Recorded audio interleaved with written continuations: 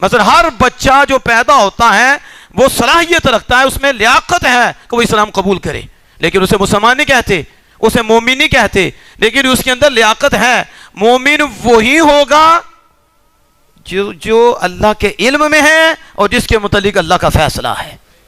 اس طرح نبی سارے اللہ کے علم میں، کہ سارے موسیٰ عیسیٰ سارے اللہ کے علم میں، اور فیصلہ یہ سارے نبی ہیں، لیکن نبوت ملی آمنہ کے لال کو پہلے، باقی جب آئے تو اللہ نے ان کو نبوت عطا فرما دی، لیاقت بھی تھی اور اللہ نے فیصلہ بھی فرمایا کہ یہ نبی ہیں۔ یہ کیا ہیں؟ نبی ہیں۔ تو ابراہیم کے متعلق یہ فیصلہ نہیں فرمایا کہ یہ نبی ہوں گے، بلکہ یہ ہے کہ ان میں لیاقت ہے، ان میں اہلیت ہے نبی ہونے کی، جیسے حضرت عمر فاروق رضی اللہ تعالیٰ کے متعلق فرمایا، جیسے حضرت علی شیر خدا رضی اللہ تعالیٰ کے متعلق فرمایا اگر میرے بعد کوئی نبی ہوتا تو وہ عمر ہوتے۔ پھر فرمایا حضرت علی شیر خدا کو، کیوں؟ ان میں لیاقت ہے، ان میں لیاقت ہے، لیاقت تو ان میں بھی ہے، لیکن فیصلہ ربانی یہ ہے کہ محبوب کے بعد کوئی نبی آ ہی نہیں سکتا۔ تو اولاد کے والے سے کہا کہ اولاد میں نبوت آتی وہ وارث بنتے، لیکن حضور آخری نبی تھے اور ابراہیم علیہ السلام میں لیاقت تھی، اور اللہ کا فیصلہ تھا کہ محبوب آخری ہیں، اور ابراہیم علیہ السلام کے متعلق بھی یہ فیصلہ تھا کہ وہ تھوڑی دیر رہیں گے اور پھر وہ دنیا سے چلے جائیں گے، کیونکہ بیٹے میں یہ نبوت کی وراثت نہیں جائے گی، اس وجہ سے کہ میرے محبوب آخری ہیں، اور آخر ہونے کی وجہ سے وراثت نبوت ختم ہو گئی ہے۔ یہ مسئلہ آپ نے یوں اس کو ذکر کیا، اور اس کے ساتھ پھر آپ نے اس کو مزید آگے بڑھایا، یعنی کہ کوئی سوال کرے تو اس حوالے سے بھی آپ نے بات کی۔ وہ کیا؟ آپ کہتے ہیں کہ اس میں یہ بھی ہے کہ حضرت عیسیٰ علیہ السلام وہ آخری زمانے میں جب اتریں گے تو صلیب توڑیں گے، یہ بھی کریں گے، اور خنزیر کو بھی قتل کریں گے، اور اس کے ساتھ وہ جزیہ ہے وہ بھی کفار سے لیں گے، اور پھر کوئی نہیں رہے گا مگر وہ اسلام قبول کر لے گا، اسلام کو قبول کرے گا۔ تو کہا کہ یہ جو سارے کام عیسیٰ علیہ السلام آ کے کریں گے تو یہ نبیوں والے کام ہیں، تو وہ تو اپنی نبوت کو آ کے ظاہر کریں گے۔ تو آپ نے کہا تو اس کا جواب دیتے ہوئے انہوں نے کہا یہ جو بھی عیسیٰ علیہ السلام آ کے کریں گے یہ شریعت محمدیہ کے احکام میں سے ہے، اسے ہی کریں گے، یہ اپنی نبوت کے حوالے سے نہیں کریں گے، بلکہ غلامی مصطفیٰ میں رہتے ہوئے حضور سید عالم صلی اللہ علیہ وسلم کی جو شریعت ہے اس پہ عمل کرتے ہوئے یہ کام کریں گے، یہ کام۔ اچھا عجیب بات ہے کہ یہ ساری باتیں انہوں نے لکھی اور وہ لوگ بھی انہیں ذکر کرتے ہیں، ان باتوں کو ہائی لائٹ کرتے ہیں۔ تو انہیں پوچھو یہ بتایا کس نے؟ بتایا کس نے کہ عیسیٰ علیہ السلام آخری زمانے میں ہوں گے اور پھر وہ اس طرح قتل کریں گے، صلیب بھی توڑیں گے، خنزیر کو بھی قتل کریں گے؟ یہ سارے ممبر پہ بیٹھ کے کرتے ہیں جو کہتے ہیں ہم ختم نبوت کے چاچے ہیں، یہ بھی کہتے ہیں، اور پھر کہتے ہیں حضور کو دیوار کے پیچھے کا بھی نہیں پتا، اور پھر یہ بھی کہتے ہیں 30 دجال ہوں گے، کتنے کذاب ہوں گے، دجال ہوں گے۔ نبی کرم صلی اللہ علیہ وسلم فرمایا، اور حضور صلی اللہ علیہ وسلم 4 عورتیں ہوں گی، 4، تو یہ کس نے بتایا ہے؟ ہوا کہ نہیں؟ یہ آپ نے فرمایا ہے، اور یہ ممبر کے بیٹھ کے بات کر رہے ہوتے ہیں اور ساتھ یہ بھی کہتے ہیں کہ انہیں دیوار کے پیچھے کا نہیں پتا۔ اس لیے میں نے کہا تھا عقیدہ ختم نبوت وہی بیان کر سکتا ہے جو حضور سید عالم صلی اللہ علیہ وسلم کی شانوں کے ماننے والا ہے، کہ حضور اللہ کی عطا سے قیامت تک ہونے والی ہر شے کو جاننے والے ہیں۔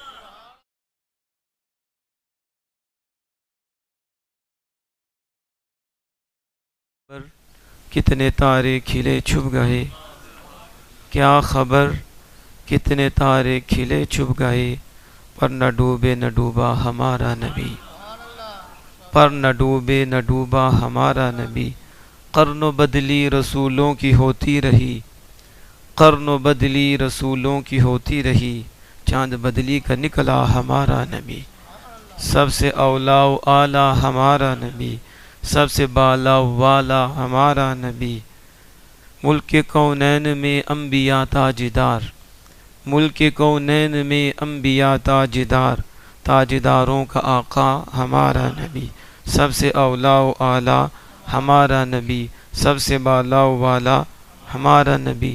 کون دیتا ہے دینے کو منہ چاہیے، کون دیتا ہے دینے کو منہ چاہیے، دینے والا ہے سچا ہمارا نبی، سب سے اولا و اعلیٰ ہمارا نبی، سب سے بالا و والا ہمارا نبی۔ خلق سے اولیاء، اولیاء سے رسول، خلق سے اولیاء، اولیاء سے رسول، اور رسولوں سے اعلیٰ ہمارا نبی، سب سے اولا و اعلیٰ ہمارا نبی، سب سے بالا و والا ہمارا نبی۔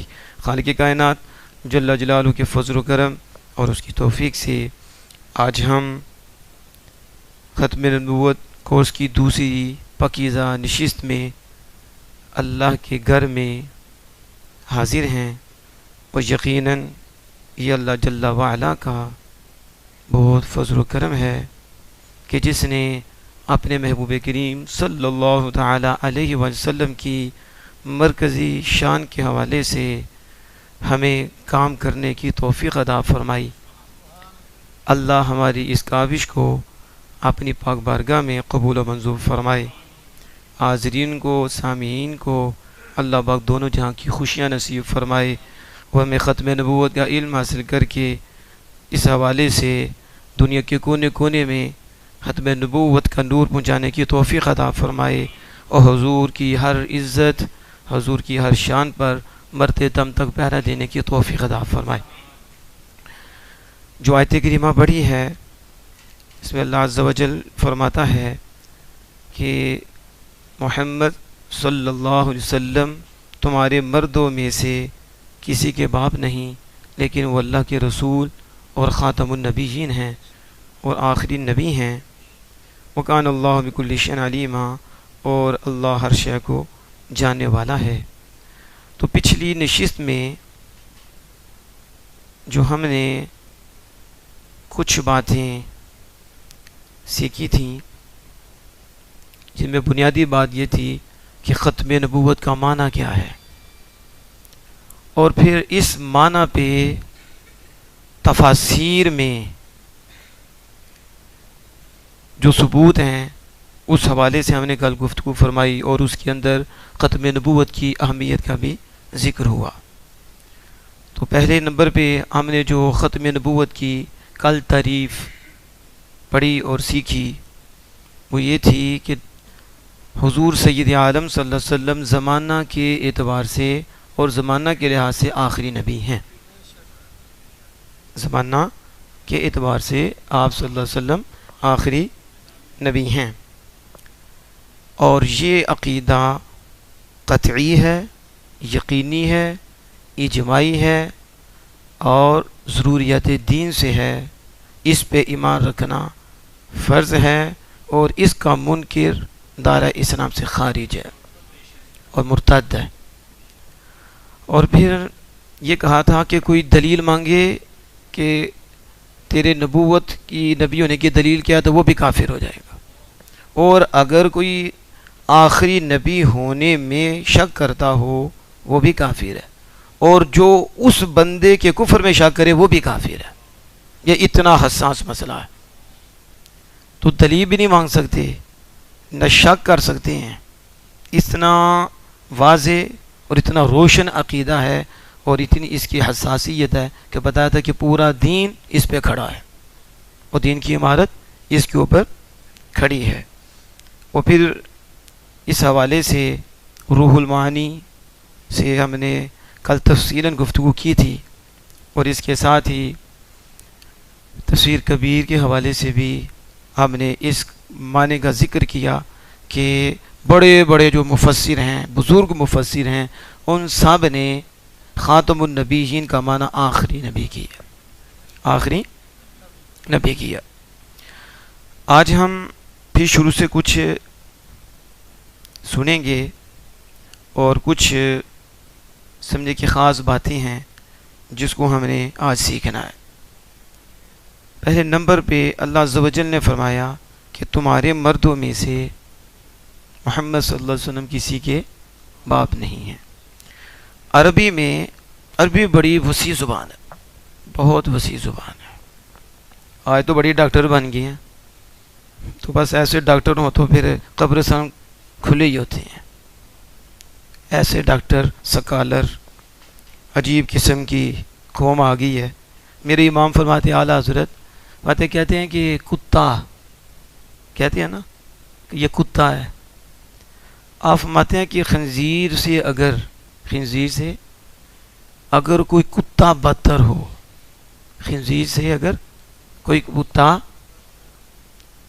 تو وہ گستاخ ہوگا. وہ کون ہوگا؟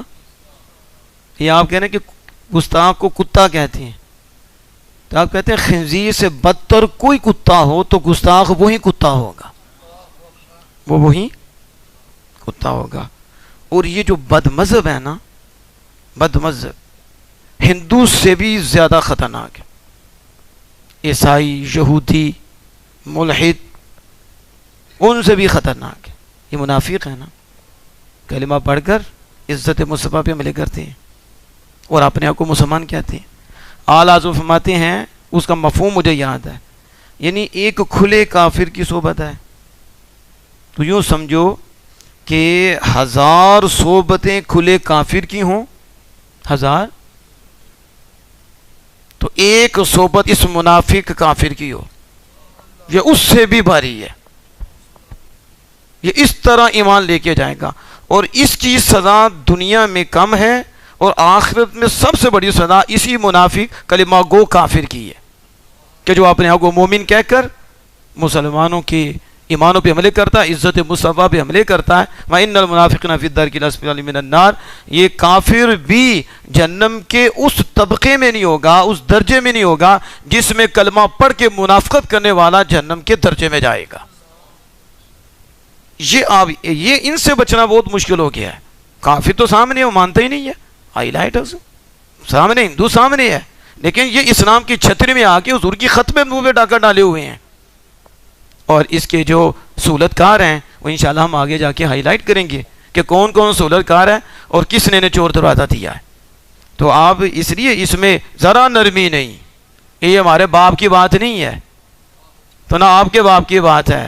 یہ سارے کائنات کے جو امام ہیں اور اللہ کے محبوب اکبر ہیں اور جن کے صدقے ساری کائنات بنی ہے, اس آمنہ کے لال کی بات ہے.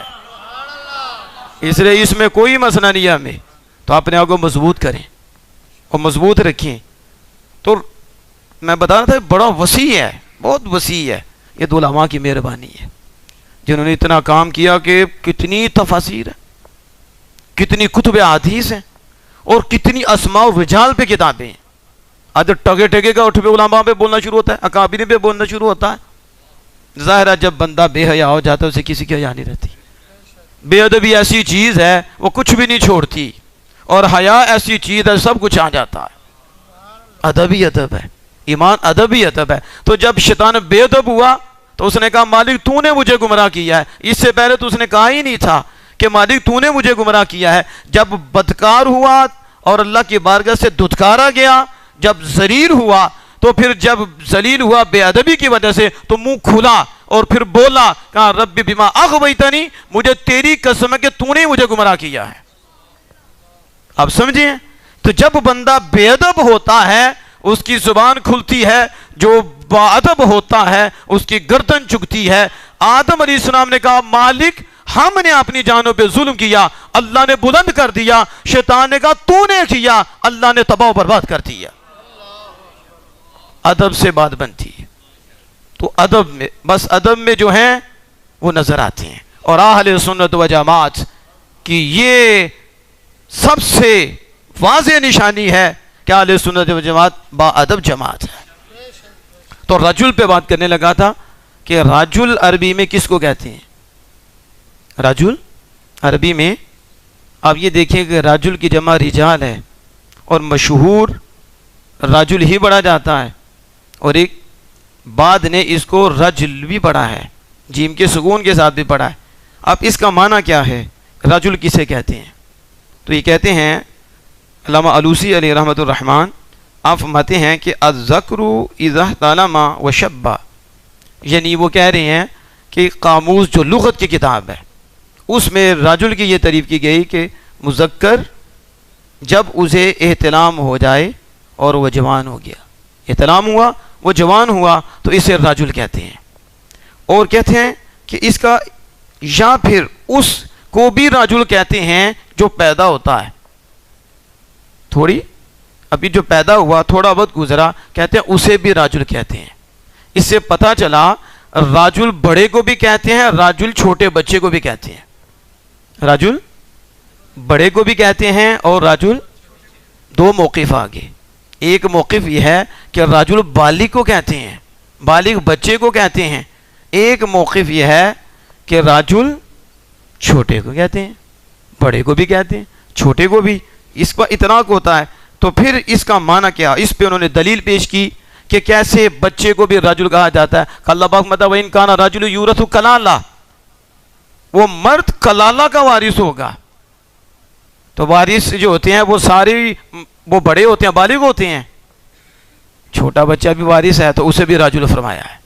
اور اسی طرح قرآن پاک میں ایک اور مقام پہ اللہ پاک فرماتا ہے الرجال للرجال نصیب مما ترک الوالدین والاقربون، مردوں کے لیے ان کے والدین کا ترکہ میں سے کچھ ان میں سے حصہ ہے۔ تب والدین کے جو بچے ہیں سارے مرد ہوتے ہیں، قرآن کہہ رہا ہے چھوٹے بھی مرد ہوتے ہیں، چھوٹے بھی۔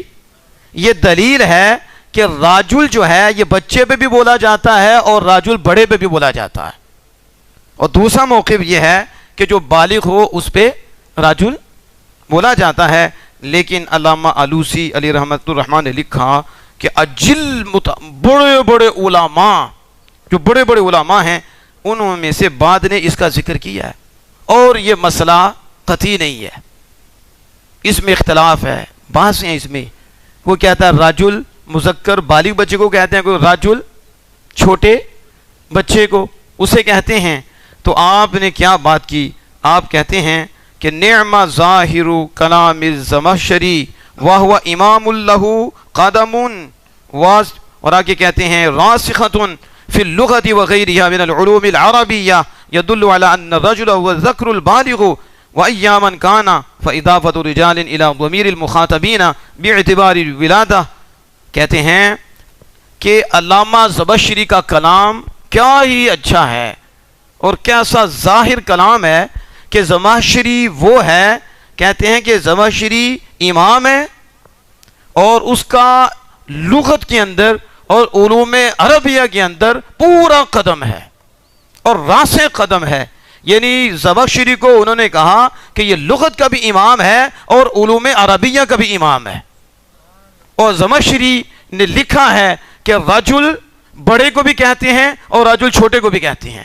تو علامہ آلوسی کہتے ہیں جب زمخشری نے کہہ دیا ہے تو بس بات پکی ہو گئی ہے، بات تو پھر معنی کیا ہوگا، کہتے ہیں معنی پھر یہ ہوگا کہ فَإِنْ أُرِيدَ بِالرِّجَالِ ذُكُورِ الْبَالِغُونَ، اگر اس رجل سے مذکر بالغ یعنی بالغ بچے مراد لیے جائیں، بڑا مراد لیا جائے، پھر معنی یہ ہوگا ما كان محمد ابا احد من ابنائكم ايها الناس الذكور البالغين الذين ولدتموهم، پھر معنی یہ ہوگا کہ اے لوگو جو تمہارے مذکر بالغ بچے ہیں جن کو تم نے جنا ہے، محمد صلی اللہ علیہ وسلم تمہارے ان بیٹوں میں سے کسی کے باپ نہیں ہے۔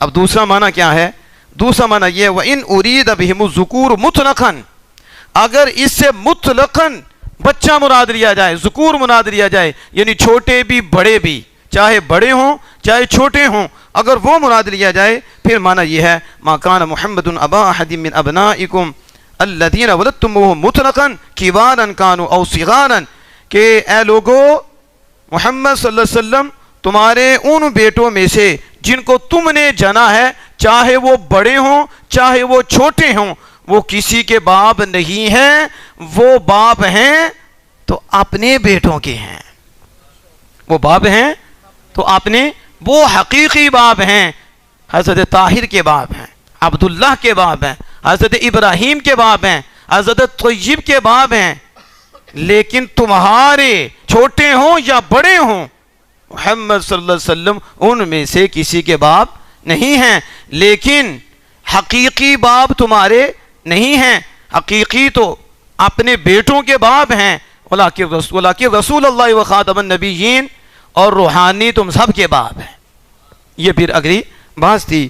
تو علامہ آلوسی علیہ الرحمہ نے اس کا حوالہ دیا علامہ زمخشری کا، اور علامہ زمخشری یہ میرے سامنے ہی ہے، زمخشری کی یہ تفسیر، وہ کیا کہتے ہیں، وہ کہتا ہے وَهَؤُلَاءِ رِجَالُهُ، اللہ پاک نے فرمایا کہ تمہارے مردوں میں سے وہ کسی کے باپ نہیں ہیں، تو اللہ نے نسبت ان کی طرف کی ہے، تمہارے، اپنے نہیں، حضور کے اپنے کی طرف نہیں، ان کی طرف، اس لیے کہ وہ حضور کے نہیں تھے، اور طیب طاہر یہ جتنے بھی تھے یہ حضور کے مرد ہیں۔ کس کے؟ علامہ زمخشری حضور کے چھوٹے بیٹوں پہ بھی مرد کا اطلاق کر اور کہہ رہے ہیں کہ حضور کے مرد طیب ہیں، طاہر ہیں، ابراہیم یہ حضور کے مرد ہیں، اور اللہ پاک نے فرمایا تمہارے مردوں کے، یہ نہیں کہ محمد صلی اللہ علیہ وسلم اپنے مردوں کے باپ نہیں ہیں۔ یہ رجل کی وضاحت کرتے ہوئے پھر دوسرا معنی بھی ایک اور اس گفتگو میں سوال ہوا تو اس کا جواب دیا کہ اگر کوئی کہے کہ کان ابا الحسن والحسین، امام حسن حسین بھی تو حضور کے بیٹے ہیں، وہ بھی حضور کے بیٹے ہیں، تو اس کا جواب دیتے ہوئے کہا کہ میں کہوں گا ہاں وہ بھی بیٹے ہیں، لیکن وہ دونوں اس وقت مرد نہیں تھے، اس وقت ہاں وہ بھی حضور کے مردوں میں سے تھے، اور وہ حضور کے مردوں میں سے تھے، اور اللہ پاک ان کی نہیں بلکہ اللہ پاک دوسروں کی جن کو خطاب ہوا ہے ان کے مردوں کی نفی فرما رہا ہے۔ اور اس کے ساتھ پھر آگے انہوں نے جواب دیا کہ اس آیت کریمہ میں اللہ پاک نے وہ جو متبنہ ہے، جو کافر سمجھتے تھے جیسے حقیقی بیٹا اور رضائی بیٹا ہے، اس کے احکام ہیں، متبنہ کے بھی وہی احکام ہے کہ منکوحہ سے اس کی نکاح نہیں ہوگا، تو حضور نے نکاح کر لیا ہے، تو پھر اس کا رد کرتے ہوئے متبنہ حقیقی بیٹا نہیں ہوتا، تو پھر ادھر کہا تمہارے مردوں کے کہ وہ متبنہ ہے، وہ تمہارا ہے، تو تمہارے مردوں میں سے کسی کے باپ نہیں ہیں، اور وہ کس کے باپ ہیں؟ وہ طیب طاہر ابراہیم کے باپ ہیں، ادھر حقیقی باپ اور ادھر نفی کر دی کہ تمہارے باپ نہیں ہیں بلکہ ساری امت کے روحانی باپ ہیں۔ تو یہ رجل کی جو وضاحت تھی، اس کے ساتھ ہی پھر زمخشری پہ لکھتا ہے وہ خاتم النبیین، یہ جو خاتم النبیین کا لفظ آیا اس پہ گفتگو کرتے ہوئے کہتا ہے کہ اس کا معنی کیا ہے، اور اس کا معنی حضرت ابن مسعود رضی اللہ تعالیٰ عنہ کی قرات سے کہتے ہیں کہ یہ معنی قوی ہے، وَلَكِنَّ نَبِيًّا خَاتَمَ النَّبِيِّينَ، لیکن وہ نبی ہیں جنہوں نے نبیوں کا آنا ہی روک دیا ہے، یعنی وہ خاتم النبیین آخری نبی ہیں۔ فَإِن قُلْتَ، اگر تو کہے كَيْفَ كَانَ آخر الانبیاء وعیسیٰ ينزل فی آخری زمان، اگر تو کہے کہ کیسے وہ آخری نبی ہیں جبکہ آخری زمانے میں عیسیٰ علیہ السلام آئیں گے، تو عیسیٰ علیہ السلام تو اللہ کے نبی ہیں، تو کہہ رہے ہو کہ وہ آخری نبی ہیں رسول اللہ، تو عیسیٰ علیہ السلام تو آخری زمانے میں آئیں گے، تو پھر رسول اللہ صلی اللہ علیہ وسلم کیسے آخری نبی ہیں؟ یہ سوال ہے، اور اس کا جواب دیتا ہے کہ قلت معنی کونی آخر الانبیاء انہ لا ینبئ احد بعدہ وعیسیٰ ممن نبئ قبلہ، کہا سنو کہ حضور آخری نبی ہیں، اس کا معنی یہ ہے کہ حضور کے بعد کوئی نبی نہیں آ سکتا، کوئی نبی نہیں آ سکتا، کوئی نئی نبی نہیں آ سکتا، اور عیسیٰ تو ان میں سے ہیں جنہیں اللہ نے پہلے نبوت عطا فرمائی تھی، جنہیں نبوت مل چکی تھی، اور ہم یہ بات کر رہے ہیں کہ حضور آخری نبی ہیں۔ زمانے کے لحاظ سے حضور کے بعد کسی کو منصب نبوت نہیں ملے گا، اور حضور کے بعد کوئی نیا نبی نہیں آ سکتا، اور عیسیٰ علیہ السلام حضور سے پہلے ہی نبی تھے، اور اس سے پہلے ہی انہیں منصب نبوت مل چکا تھا، اور اب جب آئیں گے تو پھر کیا کریں گے؟ پھر اس نے اس پہ بات کی، کہا وحین ینزل، آپ آئیں گے، اتریں گے، اور عاملاً حملہ علی شریعت محمد صلی اللہ علیہ وسلم، عیسیٰ علیہ السلام آخری زمانے میں آئیں گے اور رسول اللہ صلی اللہ علیہ وسلم کی غلامی کریں گے۔ عیسیٰ علیہ السلام آخری زمانے میں آئیں گے اور عمل شریعت مصطفیٰ پہ کریں گے۔ حضور نے فرمایا موسیٰ بھی ہوتے تو موسیٰ علیہ السلام کو بھی میری غلامی کرنی پڑتی، انہیں بھی میری اتباع کرنی پڑتی، تو عیسیٰ علیہ السلام آئیں گے اور پھر علی شریعت محمد صلی اللہ علیہ وسلم، حضور صلی اللہ علیہ وسلم کی شریعت پہ عمل کریں گے، مصلین الی قبلتہ، بیت المقدس کی طرف چہرہ کر کے نماز نہیں پڑھیں گے، جدھر میرے آقا نے کیا ہے ادھر ہی کر کے پڑھیں گے، وہ شریعت مصطفیٰ پہ عامل ہوں گے۔ اور فرمایا کأنہ بعد امتہ، گویا کہ عیسیٰ علیہ السلام آئیں گے اور رسول اللہ کی امت میں سے کچھ ہوں گے، آپ کی امت میں سے کچھ ہوں گے۔ تو اس لیے عیسیٰ علیہ السلام کوئی آ کر نبوت نہیں لیں گے اور حضور کے بعد انہیں نبوت نہیں ملے گی، بلے انہیں پہلے ہی مل چکی ہے اور منصب نبوت پہلے مل چکا ہے۔ اب جب آئیں گے تو اتباع مصطفیٰ میں رہیں گے اور غلامی مصطفیٰ میں رہیں گے۔ تو اس کو یہ زمخشری نے اس کو واضح کیا، اور اس کے بعد یہ زاد المسیر ہے، اور یہ ابن جوزی علیہ رحمت الرحمن کی ہے، اور ظاہر ہے ابن جوزی علیہ رحمت سے کون واقف نہیں ہے، جنہیں کہتے ہیں کہ یہ تو حدیث پاک میں بھی متشدد تھے، وہ بڑے سخت تھے، جنہوں نے اتنی حدیث پاک کی حفاظت کی کہ صحیح حدیث کو بھی موضوع کہہ دیا۔ اتنی حدیث پاک کی حفاظت کرنے والے اور اتنی حفاظت کرنے، اتنا بڑا نقاد ہے یہ ابن جوزی علیہ رحمت الرحمن۔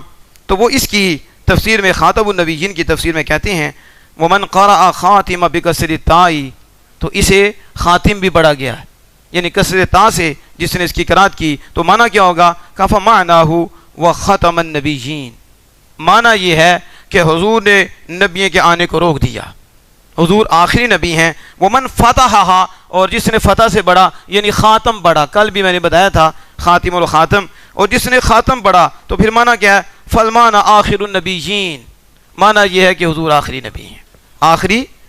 اور اس پہ دلیل پیش کرتے ہیں، قال ابن عباس، حضرت عبداللہ بن عباس رضی اللہ تعالیٰ عنہ نے فرمایا یرید لو لم اختم به النبیین لجعلت له ولدا یکون بعده نبیا، کہ حضرت ابن عباس رضی اللہ تعالیٰ عنہ نے فرمایا کہ جو اللہ پاک نے فرمایا خاتم النبیین، تو یہ کیوں فرمایا؟ میں اللہ پاک اس سے یہ ارادہ کرتا ہے کہ اگر میں آپ کے ذریعے نبیوں کے آنے کو نہ روکتا اور حضور کو، اپنے محبوب کو آخری نبی نہ بناتا، تو پھر میں ان کے لیے، اپنے محبوب کے لیے بچہ محبوب کو دیتا، اور وہ بچہ محبوب کے جانے کے بعد نبی ہوتا، جانے کے بعد۔ یہ حضرت ابن عباس رضی اللہ تعالی عنہ، کیونکہ حضور آخری ہیں اس لیے حضور کے بعد کوئی نبی نہیں ہو سکتا۔ اب یہ ابن جوزی علیہ رحمت الرحمن۔ اب یہ چوتھی تفسیر ہے روح البیان، یہ کون سی ہے؟ نام ہی اس کا کیا ہے؟ روح البیان۔ یہ کس کا بیان ہوگا؟ اور واقعی اس تفسیر کے لکھنے والے کی کیا شان ہے۔ اور علامہ غلام جیلانی میرٹھی، کون علماء جانتے ہیں کتنی بڑی ہستی ہے، وہ کہتے ہیں خاتم المفسرین، آپ نے کہا آپ کا لقب ہے خاتم المفسرین، کتنے بڑے مفسر ہیں کہ جنہیں خاتم المفسرین۔ اور واقعی جو آپ نے پھر لکھا ہے نا، پھر سمجھو انہوں نے بھی قلم ہی توڑا ہے، ہر پھول کی اپنی خوشبو ہوتی ہے، ان کی اپنی خوشبو ہے، اور علامہ علوسی کی اپنی خوشبو ہے، امام رازی رحمہ کی اپنی خوشبو ہے، اور ابن عبد الرحمن ابن جوزی ان کی اپنی خوشبو ہے۔ تو یہ حضور کے گلدستے کے مختلف پھول ہیں اور طرح طرح کی خوشبوئیں دیتے ہیں، اور غلاموں کے دل مہکتے ہیں اور چمکتے ہیں۔ اب وہ کیا کہتے ہیں، بڑی کمال انہوں نے گفتگو کی ہے، اور میں سمجھوں کہ یہ اللہ کی مہربانی ہے، کیسی گفتگو کی، خاتم النبیین پہ انہوں نے گفتگو کی، اور اس کا جو لغوی معنی ہے اس کو بھی انہوں نے ہائی لائٹ کیا، اور پھر اس کے بعد جو پھر آگے جا کے انہوں نے اس کا معنی کیا کہ لِأَنَّهُ ختم النبوہ، حضور نے نبوت کو ختم کر دیا، یعنی تمت بمجیئہ، یعنی رسول اللہ صلی اللہ علیہ وسلم کی تشریف آوری سے نبوت پوری ہو گئی۔ کیا ہو گئی؟ بس حضور آئے، اینٹ لگ گئی، پوری ہو گئی، آگے کیا بند ہو گیا، کبھی کوئی نبی آ ہی نہیں سکتا، پوری ہو گئی۔ اب انہوں نے بھی آخری نبی مانا کر کے پھر وہی دلیل پیش کی کہ فلو کان لہو ابن بالغ لکان نبیا، اگر نبی اکرم صلی اللہ علیہ وسلم کا بالغ بچہ آپ کے بعد ہوتا تو وہ نبی ہوتا، وہ نبی، لیکن اللہ نے آپ کو آخری بنایا ہے، بچہ بڑا ہو ہی نہیں، بالغ ہوتا تو پھر وہ نبی ہوتا، حضور کے بعد آخر کوئی ہے ہی نہیں حضور کے بعد نبی، اس لیے اللہ نے ان کو فیصلے کر دیا کہ یہ بڑے ہوں گے ہی نہیں، بڑے نہیں ہوں گے، کیونکہ میرے محبوب خاتم الانبیاء ہیں، آخری نبی ہیں۔ اس پہ گفتگو کرتے ہوئے بڑی خوبصورت انہوں نے ایک گفتگو کی اور انہوں نے ایک سیر کرائی ہے، وہ کیا کہتے ہیں، کیوں کہ ابراہیم علیہ السلام اگر حضور کے بعد بالغ بلوغت تک پہنچ جاتے اور آقا دو جہاں صلی اللہ علیہ وسلم کے وصال کے بعد وہ بڑے ہوتے تو انہیں نبوت ملتی، یہ کیوں؟ کہتے ہیں ذالکا لأن اولاد الرسول كانوا يرثون النبوۃ قبلہ من آباہم، کہتے ہیں کیا وجہ ہے؟ کہتے ہیں وجہ یہ ہے کہ رسولوں کی اولاد وہ آپ صلی اللہ علیہ وسلم سے پہلے اپنے آباؤں کی جو نبوت ہے اس کے وارث ہوتے، نبوت کے، جیسے حضرت داؤد علیہ السلام کی نبوت کے وارث کون ہوئے؟ سلیمان علیہ السلام، اور کتنے بچے تھے آپ کے، کیونکہ میراث نبی کی تقسیم نہیں ہوتی، تو وہ نبوت صرف ایک کو ملی، کس کو ملی؟ وہ حضرت سلیمان علیہ السلام ہیں، تو لبمد ووارث سلیمان داؤد، سلیمان داؤد کے وارث ہوئے، کس کے وارث ہوئے؟ داؤد کے وارث ہوئے۔ تو یہ کہتے ہیں کہ پہلے جو رسولوں کی اولاد تھی وہ نبیوں کی نبوت کی وارث ہوتی، ان کے ابا سے وارث ہوتی آپ صلی اللہ علیہ وسلم سے پہلے، اور پھر آگے کہتے ہیں یہ اللہ کا ان پر احسان ہے، یہ اللہ کا ان پر احسان ہے۔ فکانت علماء امتی ہی، اب آگے کیا ہے؟ پھر حضور کی امت کے علماء حضور کے وارث ہیں، حضور کی امت کے علماء حضور کے وارث ہیں، من جہت الولایہ، ولایت کی جہت سے، اولاد کی نہیں، ولایت کی جہت سے، وانقطع ارث النبوۃ بختم، یعنی ختم نبوت، آپ کہتے ہیں کہ نبوت کی وراثت ختم ہو گئی حضور صلی اللہ علیہ وسلم کے ختم کرنے سے اور حضور کے آخری نبی ہونے سے، اس لیے حضور نے فرمایا میرے بعد لوگ مغالطہ کھا جاتے ہیں، وہ سمجھتے ہیں کہ حضور کی زندگی بھی کی بات ہو رہی ہے تو وراثت تو بعد میں بنتی ہے، فرمایا اگر میرے بعد ابراہیم علیہ السلام زندگی گزارتے، بلوغت کو پہنچ جاتے میرے بعد، کیونککہ 8ویں ہجری میں اس 8ویں سال میں حضرت ابراہیم پیدا ہوئے ہیں مدینہ شریف میں، تو اس کے بعد حضور صلی اللہ علیہ وسلم ظاہری طور پر رہے کتنے دیر؟ تو یہ بھی تو فوت ہو گئے پہلے ہی، چھوٹی عمر میں فوت ہو گئے، تو یہ اگر بالغ ہوتے میرے بعد تو پھر نبوت انہیں ملتی، اللہ نبوت انہیں دیتا۔ تو انہوں نے کہا کہ اللہ نے اپنے محبوب کو آخری نبی بنایا ہے، پہلے رسول کی جو اولاد تھی وہ نبوت کے وارث ہوتے تھے اپنے ابا کی طرف سے رسول اللہ سے پہلے، اور آقا دو جہاں سے آئے تو آپ نے تو نبوت کا دروازہ ہی بند کر دیا، اور آپ آخری نبی تھے، تو اب اولاد کو تو نہیں مل سکتی، اب اولاد کو، کیونکہ اس سے نبوت جو ہے یہ حضور کے آنے سے ختم ہو گئی، تو جب یہ ختم ہوگی کیونکہ حضور آخری نبی ہیں، اس لیے اللہ نے ازل میں فیصلہ فرمایا تھا کہ ابراہیم میں لیاقت تو ہیں، ان میں اہلیت تو ہیں، لیکن اہلیت کا یہ مطلب نہیں ہوتا کہ وہ نبی بھی ہیں۔ بعض لوگ ادھر سے بھی مغالطہ کھا جاتے ہیں کہ اہلیت انہوں نے کہہ دیا، کل میں نے کو بیان کیا تو اہلیت سے بھی کسی کو مسئلہ بنا ہے کہ اہلیت کا لفظ بولا ہے کہ اہلیت ہونا اور چیز ہوتی ہے، اور اللہ کے علم میں اور اللہ کے فیصلے میں نبی ہونا اور چیز ہوتی ہے۔ مثلا ہر بچہ جو پیدا ہوتا ہے وہ صلاحیت رکھتا ہے، اس میں لیاقت ہے کہ وہ اسلام قبول کرے، لیکن اسے مسلمان نہیں کہتے، اسے مومن نہیں کہتے، لیکن اس کے اندر لیاقت ہے۔ مومن وہی ہوگا جو اللہ کے علم میں ہے اور جس کے متعلق اللہ کا فیصلہ ہے۔ اس طرح نبی سارے اللہ کے علم میں، کہ سارے موسیٰ عیسیٰ سارے اللہ کے علم میں، اور فیصلہ یہ سارے نبی ہیں، لیکن نبوت ملی آمنہ کے لال کو پہلے، باقی جب آئے تو اللہ نے ان کو نبوت عطا فرما دی۔ لیاقت بھی تھی اور اللہ نے فیصلہ بھی فرمایا کہ یہ نبی ہیں. یہ کیا ہیں؟ نبی ہیں. تو ابراہیم کے متعلق یہ فیصلہ نہیں فرمایا کہ یہ نبی ہوں گے، بلکہ یہ ہے کہ ان میں لیاقت ہے، ان میں اہلیت ہے نبی ہونے کی. جیسے حضرت عمر فاروق رضی اللہ تعالیٰ کے متعلق فرمایا، جیسے حضرت علی شیر خدا رضی اللہ تعالیٰ کے متعلق فرمایا اگر میرے بعد کو نبی ہوتا تو وہ عمر ہوتے. پھر فرمایا حضرت علی شیر خدا کو، کیوں؟ ان میں لیاقت ہے، ان میں لیاقت ہے. لیاقت تو ان میں بھی ہے، لیکن فیصلہ ربانی یہ ہے کہ محبوب کے بعد کوئی نبی آ ہی نہیں سکتا.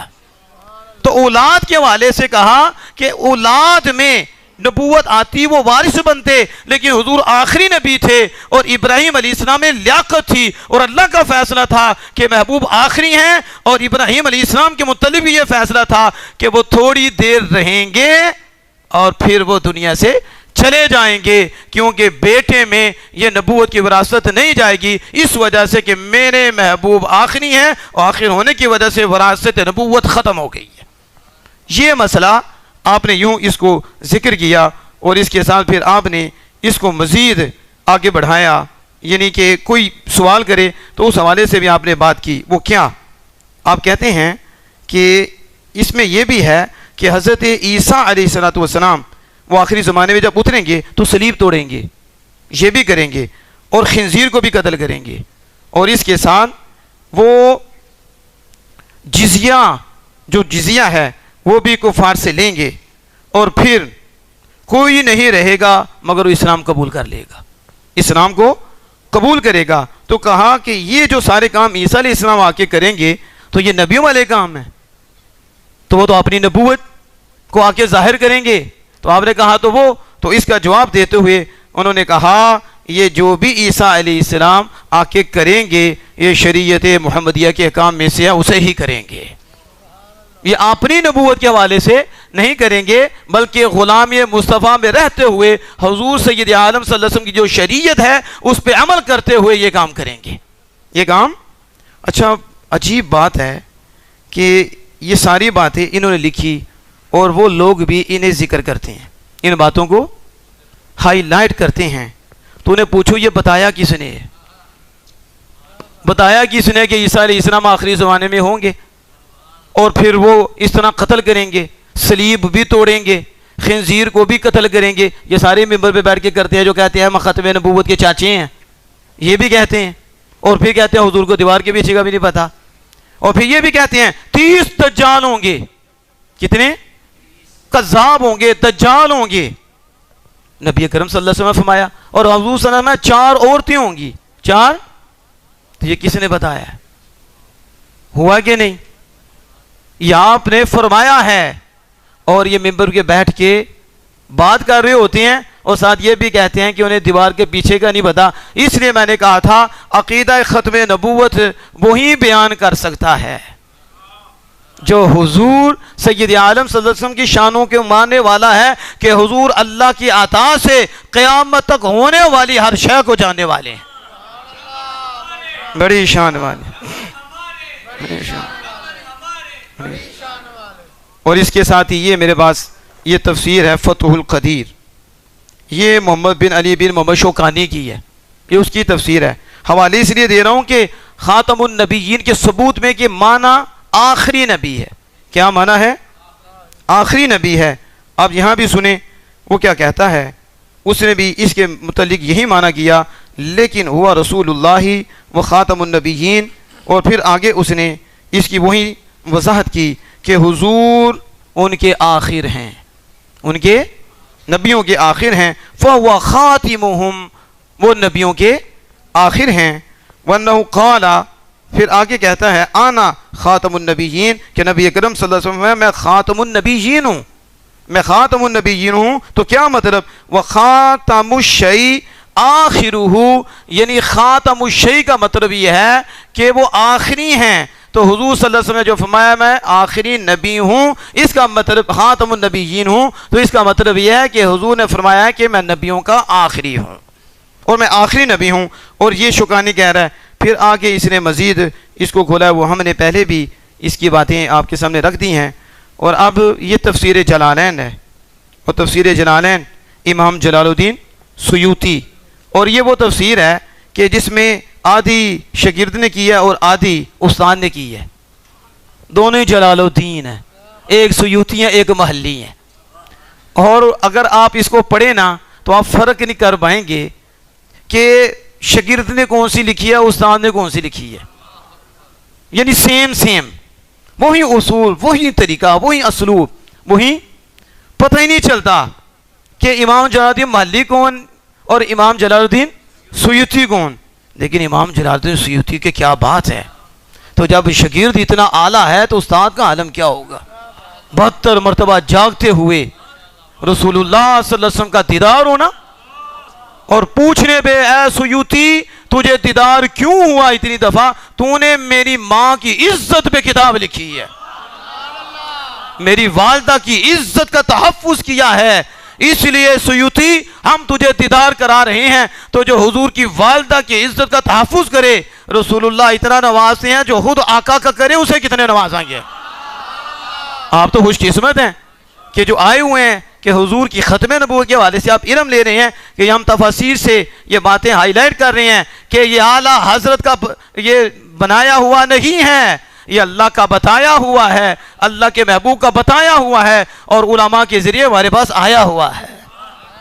یہ علماء، آج علماء کو لوگ نکال کے تو ڈائریکٹ ہی لینا چاہتے ہیں، جیسے پھر مرزئی تھا، یعنی یہ بھی نبی بننا چاہتے ہیں، پھر یہ کہتے ہیں چھوڑو علماء کو، ادھر کی بات کرو۔ ہم نے کہا پل کے بغیر بھی چیز میں لگی ہے تمہیں، ظالموں صحابہ پل ہیں، ان کے آگے علماء پل ہیں، صحابہ سے علماء، یہ قرآن معتبر ہے تو علماء کی وجہ سے معتبر ہے، صحابہ کی وجہ سے معتبر ہے، ہم تک پہنچا تو کیسے پہنچا، پیچھے کون سی جماعت ہے جن کے ذریعے پہنچا، یہ جو ہم حدیث بیان کر رہے ہیں اس کے پیچھے کون ہے، علماء اس کے پیچھے، امام بخاری کون ہے تو امام بخاری کے پیچھے کون ہے، ان کے پیچھے کون ہے، تو بخاری ہم تک پہنچے تو کس نے پہنچائی ہے، بخاری صحیح ہے، کون کہتا ہے صحیح ہے، علماء کے کہنے پہ مانتے ہیں کہ بخاری صحیح ہے، ہمیں کیا پتا بخاری آئی ہے، اتنے عرصے گزر گئے ہیں، ہم مان رہے ہیں، کیوں مان رہے ہیں، کیونکہ انہوں نے بتایا جو ہمارے سر کے تاج ہیں، اور اللہ نے فرمایا ہے کہ ان کے پیچھے چلو، صراط الذین انعمت علیہم، انعام یافتہ کے پیچھے چلو اور انعام یافتہ کی پیروی کرو، ان کی یہ خالق کا اصل والا ذکری، اور نہیں پتا تو وہ علم والوں سے پوچھو، کس سے پوچھو، علم والوں سے پوچھو۔ لیکن آج یہ جیلمی کی نئی پونگ تیار ہو رہی ہے، اس کا بھی ابا کوئی نہیں شیطان کے علاوہ، تو وہ کہتا تمہارا بھی وہی بن جائے، تمہارا بھی وہی بن جائے، شیطان نے بھی یہی کام کیا تھا، مانا نہیں تھا، اکڑ گیا تھا، تو وہی نسل کر رہی ہے۔ شکر ہے اس ذات کا کہ جبریل نے گردن جھکائی، رب نے جبریل کے پیچھے ہمیں بھی چلا دیا۔ دو ہی قومیں بنی تھی، ایک ابلیسی ایک جبریلی، ابلیسی ہے بے ادب اور جبریلی ہے ادب کرنے والی، شکر ہے مالک کا اس نے ہمیں جبریلی میں رکھا ہے اور انہیں ابلیسی میں رکھا ہے، اس لیے یہ سب کا انکار کرتے ہیں۔ کیا کرتے ہیں؟ اور میں ایک لطف کی بات آپ کو بتاؤں کیونکہ ان کی واردات ہے، آپ تفسیر کر لیں گے نا، اس کی چھوڑو، علماء کو چھوڑو، کیا کہیں گے؟ اس کو بھی چھوڑ دو، اس کو بھی چھوڑ دو، تو کس کو لیں؟ صحابہ کی بات کرو، صحابہ کو تیرے پیو نے تمہیں دیا، تجھے ڈائریکٹ صحابہ نے دے دیا تھا کہ یہ لو، یہ صحابہ نے ڈائریکٹ دیا، کیا صحابہ نے ہر اس کے ترجمے کس نے کیے؟ صحابہ کی زبان کو عربی، انگلش، عرب، اردو، دیگر لغات میں کس نے منتقل کیا؟ وہ کون ہے؟ پھر وہ کہاں تک پہنچا؟ پھر علوم عربیہ وہ کدھر گئے؟ تو علوم عربیہ سے قرآن سمجھا جاتا ہے، علوم عربیہ سے حدیث سمجھی جاتی ہے، وہ لغات، وہ علوم عربیہ جس کے ذریعے سمجھی جاتی ہے۔ تم تو سب کو نکال رہے ہو، تو پھر دین کہاں سے لینا ہے؟ پھر بخاری بھی پیچھے کر، مسلم بھی پیچھے کر، آگے لگ کے کہتا بخاری مسلم، پیچھے کر بخاری مسلم، ڈائریکٹ صحابہ سے دے۔ یہ بخاری مسلم صحابہ نے نہیں دی، رسول اللہ نے نہیں دی، یہ بھی علماء نے دی ہے، یہ بھی اس لیے یہ علماء کو نکالتے ہیں۔ تو پھر آپ اسے کہو ترجمہ کر، کیا کر؟ عربی تو پڑھنی آتی ہی نہیں نا، کو ترجمہ کر۔ جب وہ اردو میں ترجمہ کرے گا نا، کو نہیں وہ کر جو صحابہ نے کیا، یہ تو جو ترجمہ ہے کسی ملا نے کیا ہے، کسی محقق نے کیا ہے، کسی عالم دین نے کیا ہے، کسی صوفی نے کیا ہے، کسی راہبر نے کیا ہے، تو اسے آپ ہی کا ترجمہ کر. قیامت آ جائے کہ کر نہیں سکے گا. کر کے بتائے، حدیث کا کر کے بتائے، کر کے بتائے. اسے تو الحمد کا بھی تفسیر نہیں آنی، اس کا بھی معنی نہیں آنا، اسے تو اس کا جملہ بھی نہیں آنا کہ یہ کیا ہے، اور اس کا مادے کا بھی نہیں پتا چلنا، اور حمد کی جو اصطلاحی تعریف ہے اس کا شرعی تعریف کا بھی نہیں پتا چلنا، حمد کے حکام کا پتا نہیں چلنا. تو کون سی مچھلی ہے گندے پانی سے نکلی ہوئی؟ تمہیں کیا پتا ہے کہ یہ علماء ہمارے سر کے تاج ہیں جنہیں اللہ نے فرمایا ہے کہ ہم نے ان کو اپنی کتاب کا وارث بنایا ہے، کتاب کا وارث بنایا ہے. اور میرے آقا نے فرمایا اور یہ علماء ہمارے وارث ہیں. کیا ہے؟ اور علماء سے یہ دین ہے. تو یہ علماء کو نکالنا چاہتا ہے، اسے پتا ہے، علماء کو پتا ہے، اور علماء امت کو بتاتے ہیں، اور امت جاگتی ہے اور دشمن کو دیکھتی ہے اور آمینہ کے لال پہ جانیں قربان کرتی ہے. تو یہ علماء کا پول ہی نکال دیا جائے اور من مانی تفسیریں کی جائیں اور من مانی ترجمے کیے جائیں اور اپنی کسب بیانی سے لوگوں کو گمراہ کیا جائے. تو اس لیے آپ اس پہ محتاط رہیں. یہ خطرناک بندہ بہت خطرناک ہے. تو جب یہ بات کریں تو کوئی یہ بخاری کی بات نہ کر، حضرت عبداللہ بن مسعود رضی اللہ عنہ کی بات کر، شیر خدا کی بات کر، سیدنا صدیق اکبر کی کر. بتا کدھر ہے بخاری دی سیدنا صدیق اکبر نے؟ وہ لانا جو انہوں نے کیا وہ بتا. تو بتا نہیں سکے گا، پھر کہنا پڑے گا مجھے اس سے ملی، مجھے اس سے ملی، اسے اس سے ملی، اسے اس سے ملی، اسے اس سے ملی، اسے اس سے ملی، اس سے تار سے تار جڑی ہے اور مصطفیٰ جان رحمت تک جا کے لگی ہے اور کرنٹ پڑی ہے تو بندہ مدینہ پاک پہنچ گیا ہے. یہ تارے ہیں. تو یہ تارے بیچ میں نکال دو تو بندہ گیا. شکر کرو مالک کا جس نے جوڑ کے رکھی ہے، جس نے. تو یہ امام جلال الدین سیوطی کی رحمت اللہ علیہ کی بات کر رہا تھا. بات سے بات نکل گئی، وہ میں نے بات کر دی، لیکن آپ نے بھی اس کا معنی کیا کیا ختم نبوت کا؟ وہ بھی آپ بھی یہی کہتے ہیں کہ اے بھی ختمو، آپ کے ذریعے سب کو روک دیا گیا. سب کو یعنی کیا مطلب؟ کہ بھی اللہ نبی بعدہ، یعنی نبی اکرم صلی اللہ علیہ وسلم کے بعد کوئی نبی نہیں ہوگا، کوئی نیا نبی نہیں آئے گا. اور جب سید عیسیٰ علیہ السلام تشریف لائیں گے تو وہ شریعت مصطفیٰ صلی اللہ تعالیٰ علیہ وسلم کے ساتھ حکم لگائیں گے. اپنے دین کا پرچار نہیں کریں گے بلکہ وہ منسوخ ہو چکا ہے، وہ پہلے تھے. اب آئیں گے تو غلامی مصطفیٰ میں رہتے ہوئے شریعت مصطفیٰ کا پرچار کریں گے. یہ حضرت امام جلال الدین سیوطی علیہ رحمہ کی. پھر یہ تفسیر خازین ہے، تفسیر خازین ہے. اور تفسیر خازین والے ظاہر خزانے والے کنہیں نہیں پتہ ان کا؟ علماء جانتے ہیں تفسیر خازین، اور ان کا فتاوی بھی ہے. تو امام خازین علیہ رحمہ انہوں نے بھی اس کا منع کیا گیا خاتم النبیین خاتم اللہ بہ النبوہ. اللہ نے آپ کے ذریعے نبوت کو ختم کر دیا، آپ کے ذریعے آپ کو خاتم النبیین بنایا. کیا مطلب؟ یعنی آپ کے بعد کوئی نبوت نہیں ہوگی. اور پھر آگے کہتے ابن عباس رضی اللہ تعالیٰ عنہ نے وہی قول آپ نے فرمایا اللہ پاک ارادہ کرتا ہے کہ اگر میں آپ کو آخری نبی نہ بناتا، آخری نبی نہ بناتا تو پھر ان کو بیٹا دیتا کہ وہ ان کے بعد نبی ہوتا، ان کے بعد نبی ہوتا. اور اس میں بھی امام جلال الدین سیوطی اور امام خازین انہوں نے بھی اس کا معنی آخری نبی کیا. اس کے علاوہ یہ جامع الاحکام ہے قرطبی، اور یہ بھی بڑی مشہور تفسیر ہے اور یہ بھی کمال ہی لکھتے ہیں. انہوں نے کیا لکھا؟ یہ بھی انہوں نے ایک بات اور کی ہے. وہ کیا کی؟ آپ کہتے ہیں ایک تو یہ ہے کہ اس کا معنی یہ ہے ختمہم یعنی جاء آخرہم، حضور نبیوں کے آخر ہیں. یعنی خاتم النبیین کا معنی کیا ہے؟ آخرہم، کہ حضور نبیوں میں آخر ہیں.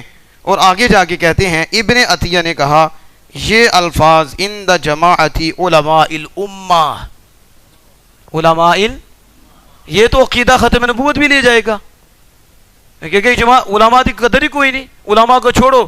تو یہ تو کہہ رہے ہیں ابن عطیہ کہ یہ جو موقف ہے کہ حضور آخری نبی ہیں اور قرآن کا معنی بیان ہو رہا ہے، کہتے ہیں علماء امت کی جماعت کے نزدیک یہ الفاظ خلفن سلفن صحابہ سے لے کر اب تک یہی معنی ہے، یعنی اس پہ اجماع ہے، کوئی آج نہیں کہہ رہا، بلکہ صحابہ کا بھی اجماع ہے، صحابہ کے بعد بھی اجماع ہے، اس کے بعد بھی اجماع ہے، اور یہ اجماع چل رہا ہے، وہی اجماع۔ اور پھر کہتے ہیں کہ یہ جو خاتم النبیین کا معنی آخری نبی ہے، اس میں سب نبیوں کی نفی ہے، حضور آئے تو کوئی نبی نہیں آ سکتا۔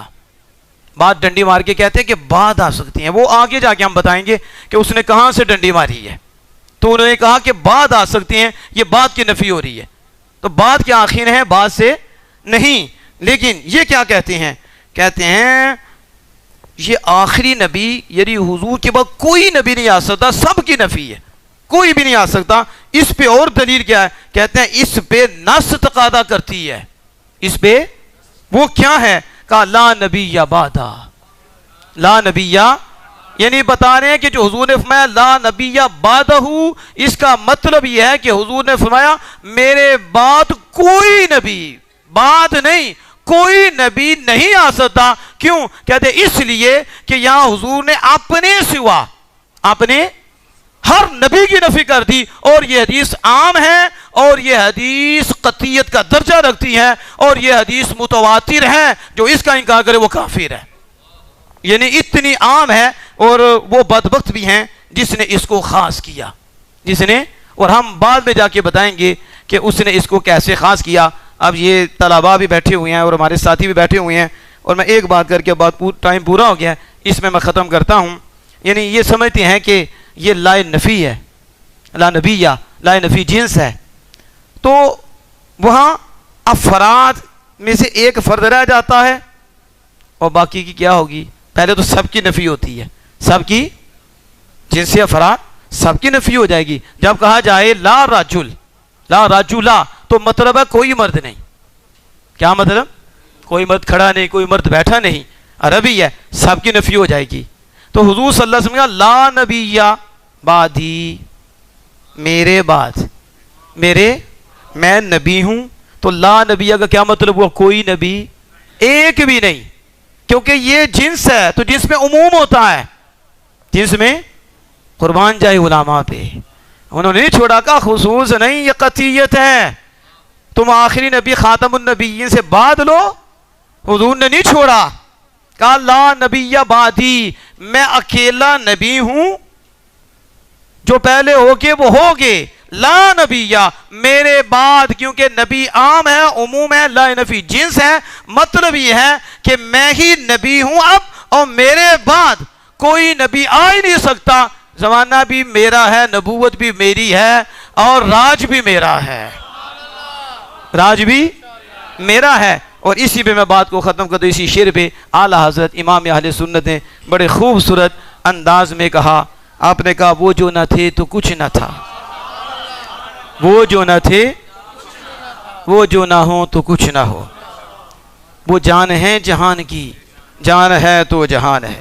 اور امام اہل سنت نے ایسی تشبیہ دی ہے کہ کمال کر کے رکھ دیا، کہا حضور آفتاب ہیں، کیا ہیں؟ تو روشنی آفتاب کی محتاج ہے، آفتاب آنکھ بند کرے روشنی چلی جاتی ہے، روشنی، تو یہ کیوں جگمگا رہے ہیں؟ کیوں جگمگا رہے ہیں؟ آپ کیوں مسکرا رہے ہو؟ آپ کے چہرے کیوں کھلے ہوئے ہیں؟ امت کے چہرے کیوں کھلے ہوئے ہیں؟ امت یہ زندہ ہے، یہ لہلہاتے بغات، یہ ساری دنیا، یہ عرفان، یہ شان و شوقت کیسے ہے؟ یہ لائٹیں کیسے ہیں؟ کہا اس لیے کہ آفتاب موجود ہے، تو اگر آفتاب آنکھ بند کرے تو کوئی لائٹ ہی نہیں رہتی، سورج نکلتا ہے تو لائٹ ہے، سورج آنکھ بند کرتا ہے لائٹ ہی نہیں، تم کہتے میں خود، اگر چپ کر تو خود ہے، یہ نگاہ مصطفیٰ ہے، یہ نگاہ آفتاب آنکھ بند کرے لائٹ نہیں رہتی، تو یہ لائٹیں کیسی ہیں؟ کہا جب کی کھلی ہے، کھلی ہے، جب کی کھلی ہے، کھلی ہے، آفتاب نبوت اپنی آب و تاب کے ساتھ چمک رہا ہے، اور ستارے چمک لے رہے ہیں، اور یہ چمک لیتے رہیں گے، آمینہ کے لال چمک دیتے رہیں گے۔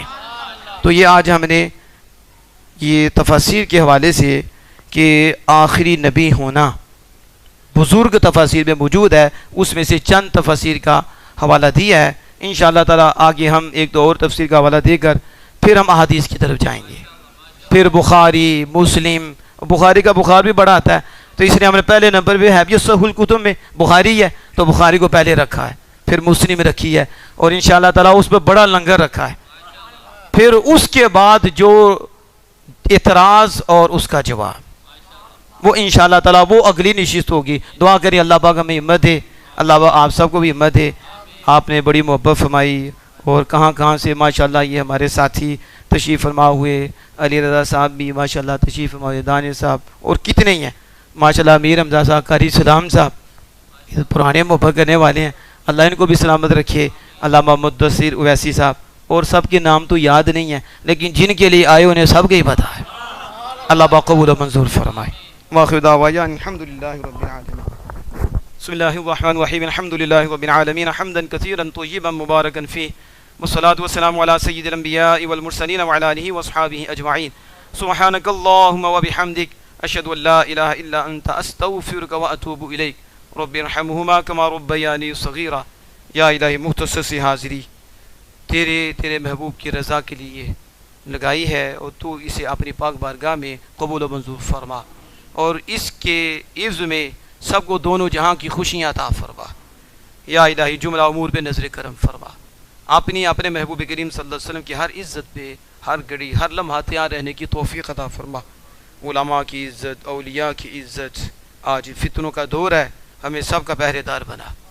سید عالم صلی اللہ علیہ وسلم کے صدقہ سے مولکن حضور کے پھولوں کی حفاظت فرما، یہ سنڈیوں سے ان کی حفاظت فرما، جراثیموں سے ان کی حفاظت فرما. انہیں علماء حق کے پروں میں رہنے کی توفیق عطا فرما، اولیاء اعظام کے سائے میں رہنے کی توفیق عطا فرما.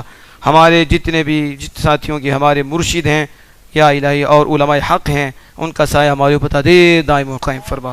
بالخصوص کنز العلماء مفکر اسلام حضرت علامہ محمد ڈاکٹر اشرف آصف جلالی صاحب، آپ کو اہل سنت پہ یا الہی عمر حضری نصیب فرما، اور آپ کا سایہ دیر تک اہل سنت پہ قائم و دائم فرما. ہمیں قدر کرنے کی توفیق عطا فرما.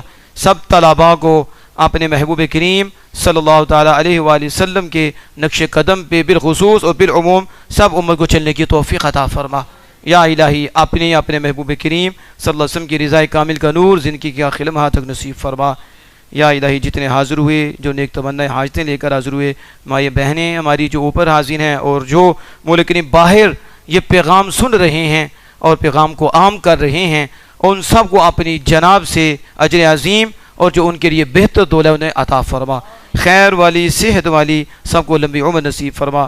ہمارے چھوٹے بڑے جو ایمان کی حالت سے چلے گئے، بالخصوص استاذ العلامہ حضرت علامہ قاری خبر حسین نقشبندی علیہ رحمۃ الرحمن، اور بھی ختم نبوت کے جتنے سپاہی ہیں سب کے درجات کو بلند فرما. یا الہی ہر گھڑی ہر لمحہ ان کی قبروں کو روشن فرما. سید عالم صلی اللہ علیہ وسلم کے صدقہ سے ملک کریم خیر والی، صحت والی سب کو لمبی عمر عطا فرما. ہماری مسجد کی انتظامیہ مالک انہیں بھی جزائے جزیل عطا فرما. محترم حافظ اختر صاحب اور مولک کریم حاجی غضنفر اویسی صاحب بڑی محبت کرتے ہیں، مالک انہیں بھی صحت والی، خیر والی لمبی عمر عطا فرما. مزید خدمت کرنے کی توفیق عطا فرما. بزم اویسیہ کی بھی خیر فرما، سر سنگیوں ساتھیوں کی خیر فرما. وصلی اللہ تعالی علی حبیبہ سیدنا مولانا محمد وعلی آلہ وصحبہ اجمعین برحمتک یا ارحم الراحمین.